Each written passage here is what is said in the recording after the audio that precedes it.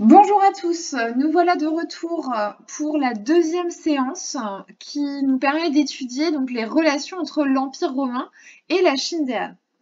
Donc au cours de cette deuxième séance, nous allons nous intéresser un peu plus à la Chine des Han. La Chine des Han, eh bien, avant la Chine des Han, au IIIe siècle avant Jésus-Christ, l'empereur Qin unifie la Chine et devient le premier empereur de Chine. En 209 avant Jésus-Christ, à sa mort, donc à la mort de l'empereur Qin, eh bien, des révoltes éclatent et un chef de guerre se démarque, Liu Bang. Après 7 ans de combat, Liu Bang fonde la dynastie des Han en 202 avant Jésus-Christ. Souvenez-vous, je vous avais montré la dernière fois donc cette frise chronologique. Donc l'empire des Han est fondé en 202 avant Jésus-Christ. Cette dynastie, elle perdure donc jusqu'en 220 après Jésus-Christ et elle est connue aujourd'hui pour être une dynastie brillante et puissante. Découvrons pourquoi. Séance 2. Quels sont les éléments qui font de la Chine des Han un empire puissant et brillant? Donc on prend une nouvelle page, on prend son stylo violet et on écrit le titre de la séance. Séance 2. Quels sont les éléments qui font de la Chine des Han un empire puissant et brillant? Ensuite, une fois que tu as écrit ce titre, donc tu peux mettre pause si tu as besoin de temps, bien sûr. Une fois que tu as écrit ce titre, tu dois écrire le petit texte qui reprend les éléments que j'ai pu évoquer tout à l'heure. Au IIIe siècle avant Jésus-Christ, l'empereur Qin unifie la Chine en un empire. À sa mort, virgule, les hommes se querellent pour lui succéder. Point.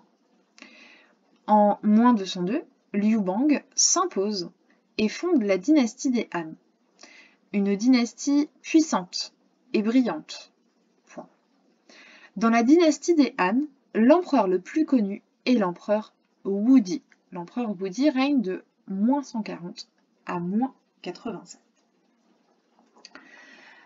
Donc pour découvrir quels sont les éléments qui font de la Chine des Han un empire puissant et brillant, nous allons devoir réaliser la fiche activité 3. Fiche activité 3 que voici. Donc tu peux bien sûr la télécharger sur mon site et l'imprimer si possible.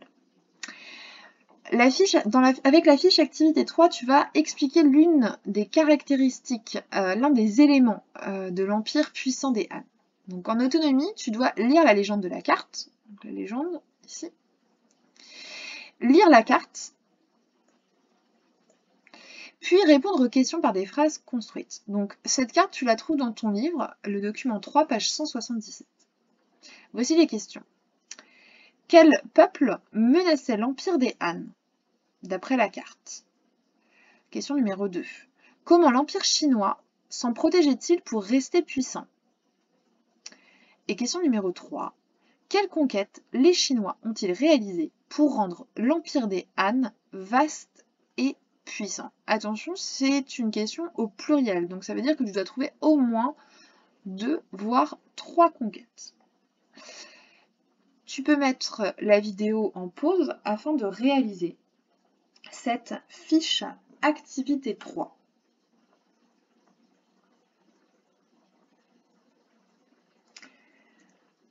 À présent, nous allons procéder à la correction de la fiche activité 3.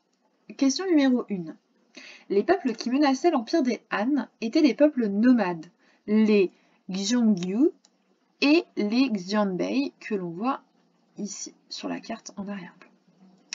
Question numéro 2.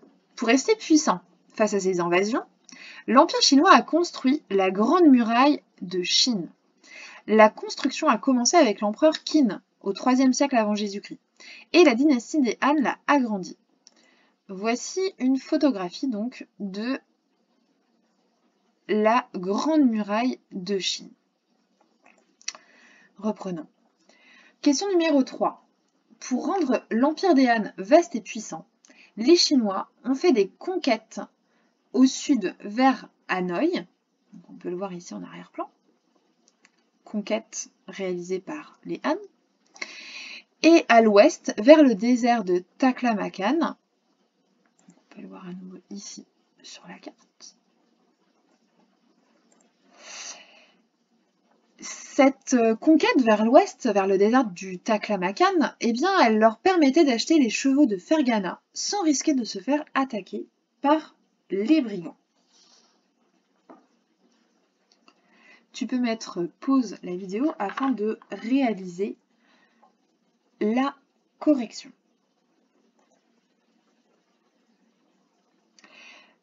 À présent, continuons. Pour continuer à découvrir quels sont les différents éléments qui font de la Chine des Han un empire puissant et brillant, je vais donc vous raconter quelques petits éléments. À chaque fois, je vais essayer de vous donner des illustrations qui apparaîtront ici au fur et à mesure. Il suffit d'écouter et une fois que vous aurez bien tout écouté, vous pourrez réaliser la fiche Activité 4.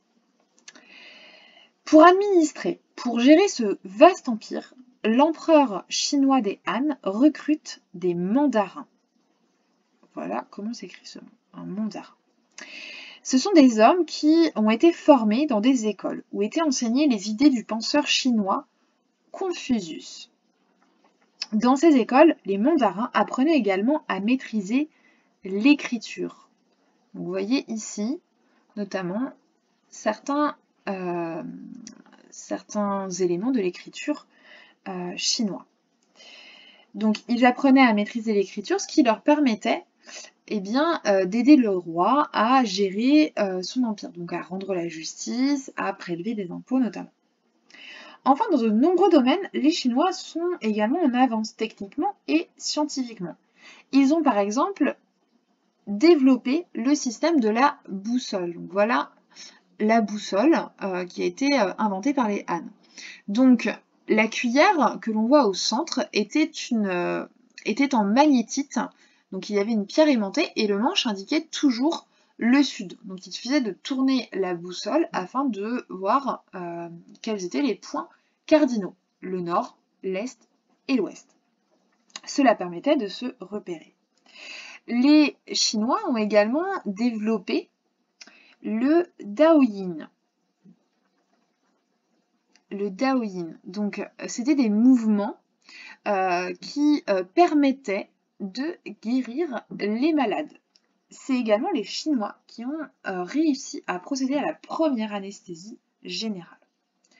Aussi, les Chinois, à l'aide du jade, donc c'était une pierre précieuse, qui était un produit qui était très coûteux, eh bien, ils sculptaient ou alors transformaient les morts, et donc ils formaient un costume de jade tout autour des morts, et cela permettait de conserver un peu mieux les morts. Alors c'était souvent des pierres qui étaient utilisées notamment pour les empereurs.